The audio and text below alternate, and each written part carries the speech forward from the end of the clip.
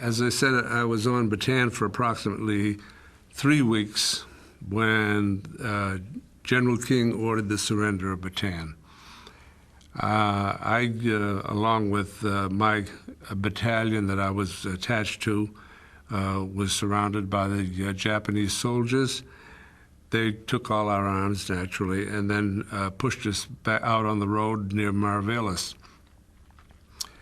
I was on the death march for 2 days and 3 nights.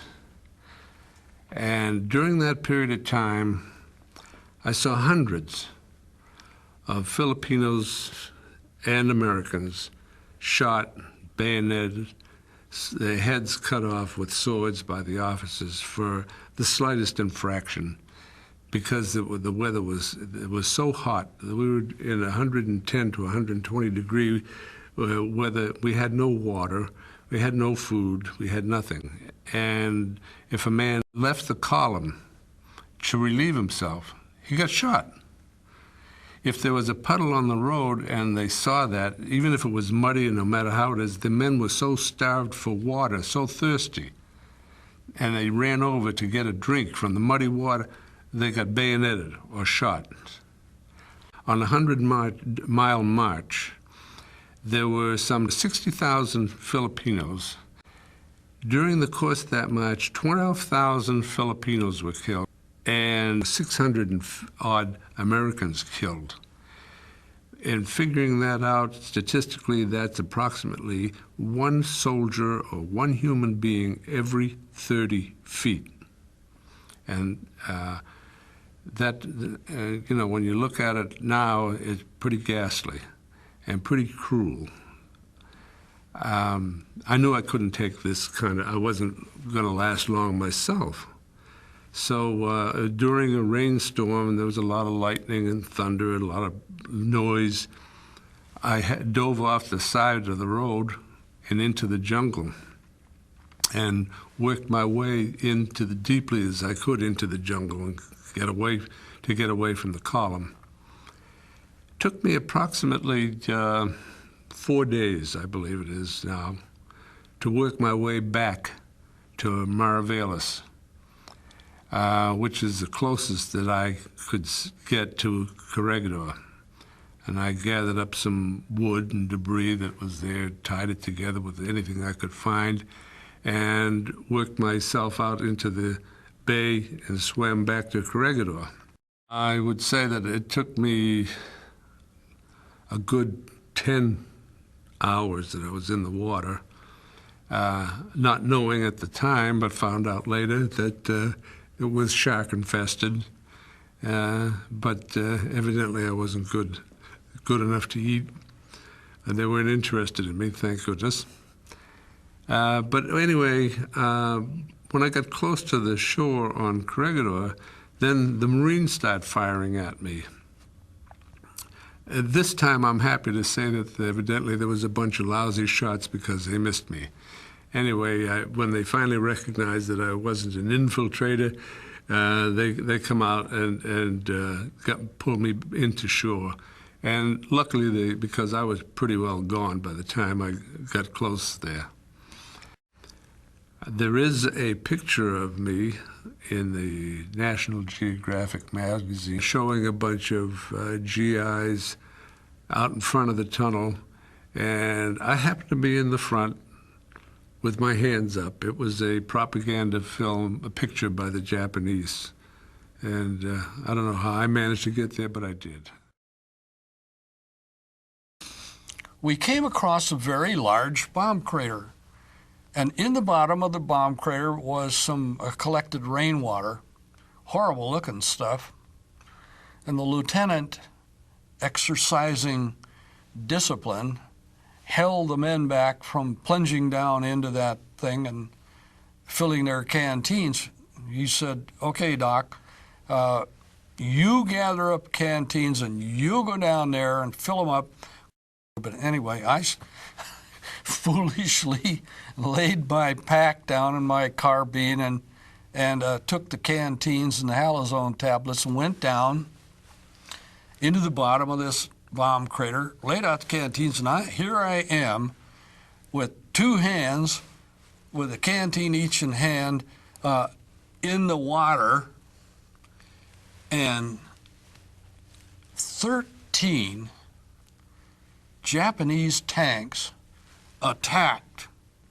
Could hear them coming, and I sort of looked up, and I could see them.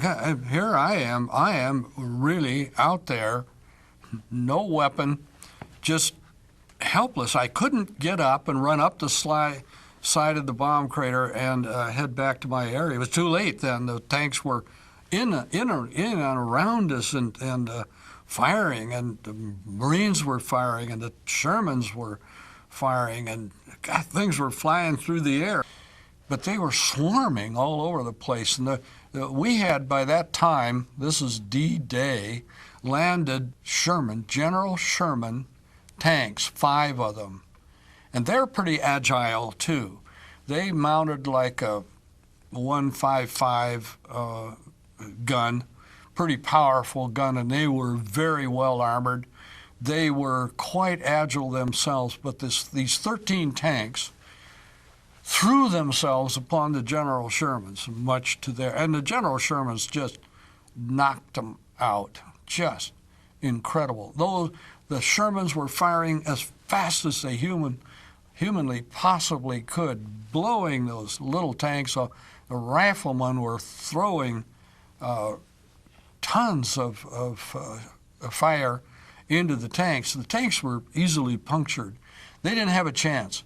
But the point was, one of them comes up on the edge of the bomb crater and is trying to depress the cannon. I guess they decided, forget it, we can't get the gun down there anyway, so they backed off, and then bang, the Sherman hit it, and the turret went up in the air about 20 feet and spun around, and that was so much for that one. But it was just intense. It was so noisy, you just couldn't believe it. And the intensity of the fire was just incredible. The Japanese were firing artillery down into the area, and the tanks were just, it was a suicide attack. They just lost their entire tank force, bang, in one hot 10 minutes. It was incredible. Buzo had been a sergeant major of the constabulary police, I believe. When the Japanese came to Guadalcanal and the Coast Watcher had to hide, Buzo then became a very important element because he commanded the police there. They literally guided us across that island, and if it hadn't been for those natives carrying stuff, carrying food for us, ammunition, guiding us, scouting for us and all that, I don't believe that we would have been anywhere near as successful as we were. So Buzo, as you know, I think everybody knows the story of how he was captured by the Japanese and was tortured. They stabbed him with a bayonet under the throat and under the ribs and in his genitals and everything, and they tied him to a coconut tree. And because they had found a little American flag on him, and they knew that he was scouting for the Americans, and they wanted to know where our lines were, and he wouldn't tell them anything. And they just stabbed him for hours and tortured him until he passed out.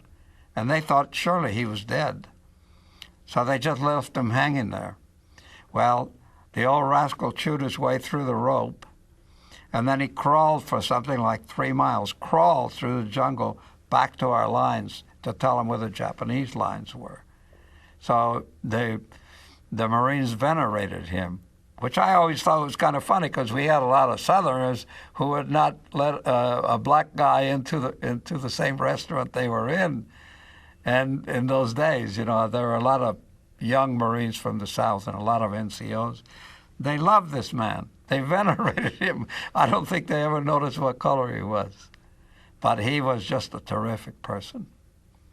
And the natives and the Australian Coast Watcher and Mather were, well, they were just our life preservers. And due to them, we were able to function very well behind the Japanese lines. I think they were our secret weapon. There was a machine gunner named Mitch Page, and he had just a platoon of machine gunners. But, you know, a machine gun fires 550 rounds per minute. But they had beefed up their machine guns so they'd fire 1,000 rounds per minute. And the Japanese, they always attacked at night because they didn't think the Americans were very good fighters at nighttime, and also they weren't used to fighting at night. They were used to fighting in the daytime. But the Marines were ready for them. And when they hit the barbed wire, Mitch Page yelled out, "Fire, machine guns, fire!" And all these guys, they opened up. There were about 925 Japanese that were killed. And most of the guys, they were either killed or wounded because there were so many Japanese. And Mitch, he was wounded, but he wasn't wounded severely. He stayed up there all night long, and he'd go to machine gun that the guys had been killed, so he'd make the Japanese think that we still had a significant force. And then he came back, and there was an empty machine gun, and he was running towards it, and a Japanese was running for it. And so he got there first, and there was a string of ammunition, 250 rounds, down on the ground. It was on the grass. And he fed it into the machine gun, and he pulled the round back, and it put it into the chamber. And then you pull it back again, it goes in and get ready to fire. And he was getting ready to pull it back to fire. He says, my jaw was just frozen stiff. I couldn't move. And at that time, the Japanese, who was about 30 yards away, he had a Nambu machine gun, one of their own, and he had a clip in his machine gun, and he fired at Mitch. It was only 30 yards away. It was almost a shot that you couldn't miss, and the bullets just went right in front of Mitch's face. And then Mitch was able to pull back the lever on the machine gun and went into the chamber, and he swung it around, and he killed a man. Mitch took the machine gun right off of the tripod and lifted it up. And he said, you know, it was red hot. It was burning my hands, because he says, I was so excited, I didn't even feel it. And he said, first, I had learned a little Japanese when I was playing baseball before the war. And he yelled out to the Japanese that were off on in the background. He said, stand up! And so these Japanese, being very obedient soldiers, they stood up.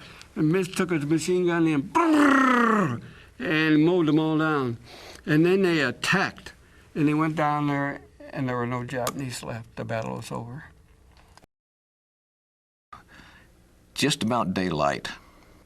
Most of the men, including myself, had suffered from extensive battle fatigue because we had been awake for over 48 hours. And we were just about wiped out. I knew that we had to have some reinforcements. And I discussed this with my sergeant, Sergeant Johnson. And he said, we don't have any reinforcements. I said, well, they'll be charging us any minute. We can't hold them off. He says, I know it.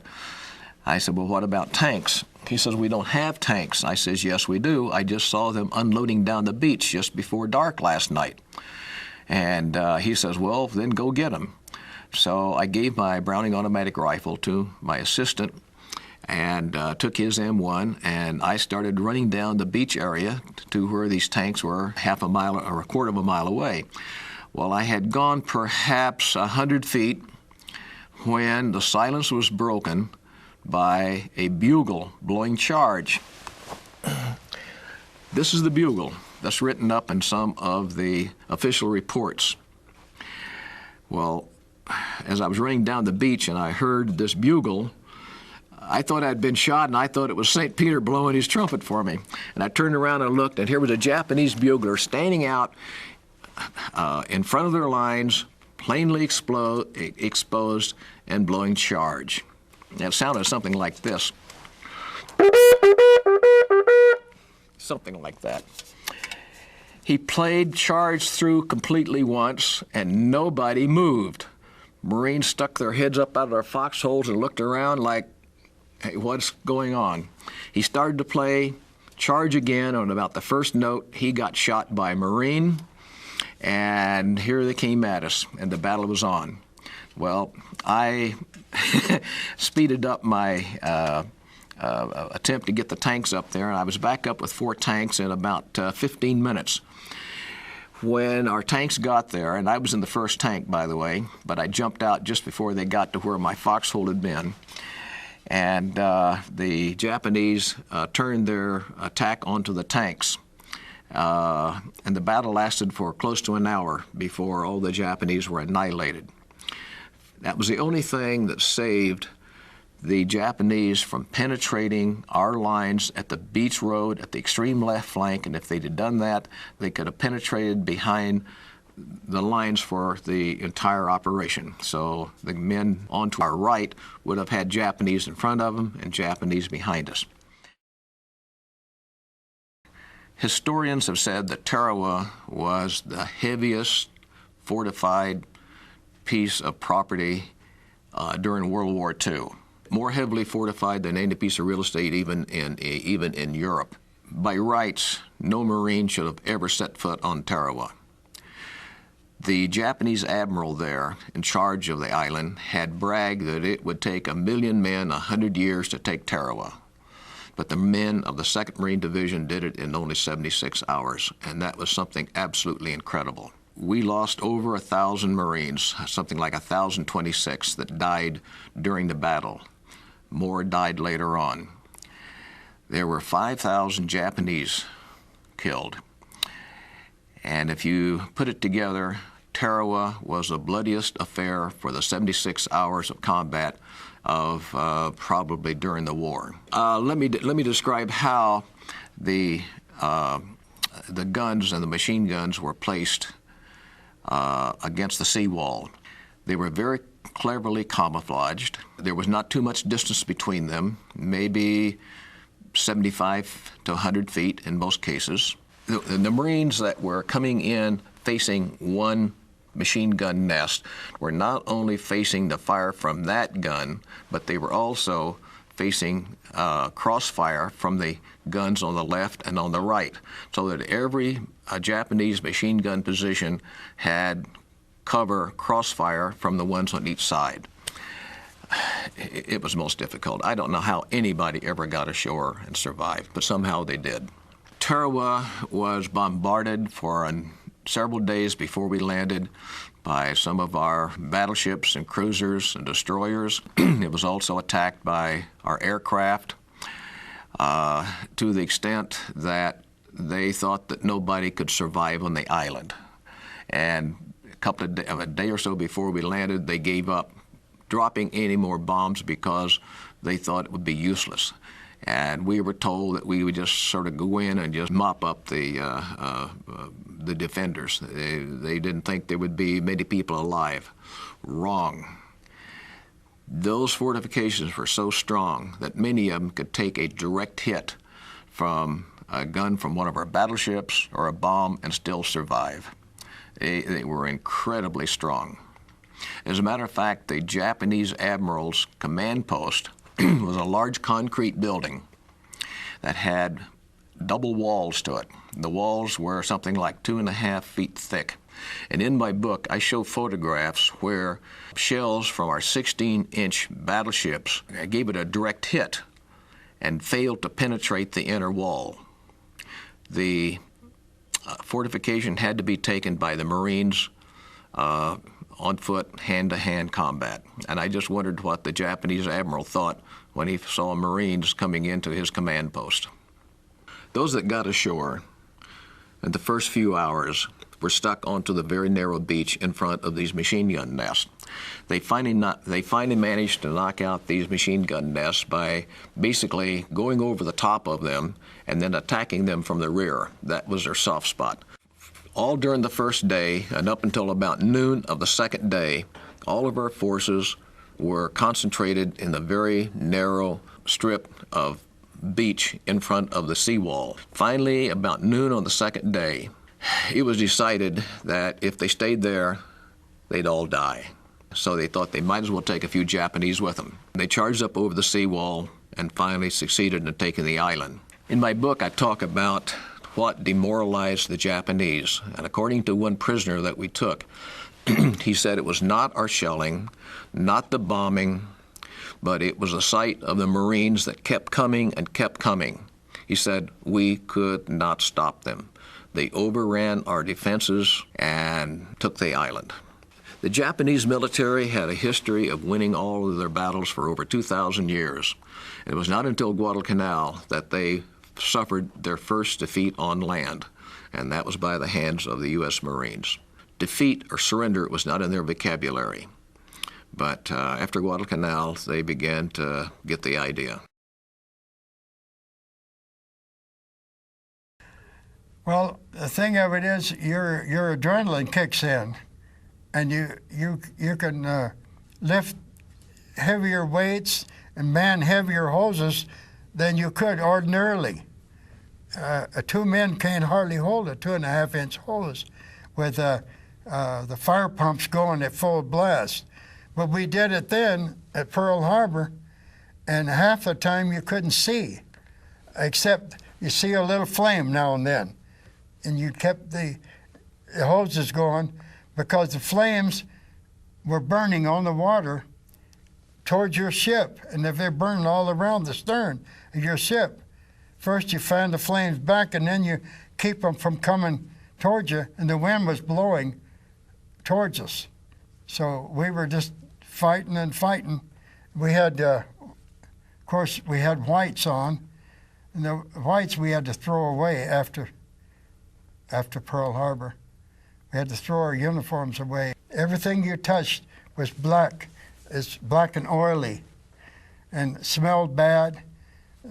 All the bodies were burning, and it's indescribable, really. It's so horrible that you put it out of your mind afterwards. If you don't, why, you'd wind up going over the edge. So actually, your rage saves you in a battle. You get so pent up, and your adrenaline kicks in, I guess they call it, that you fight. Well, it's a battle to the death, and they were machine gunning us while we were manning the hoses. We just hoped that they didn't hit us, and they hit the deck behind us. We could see the splinters coming up behind us, but we kept fighting the fire, and we saved the Tennessee by putting the fire out.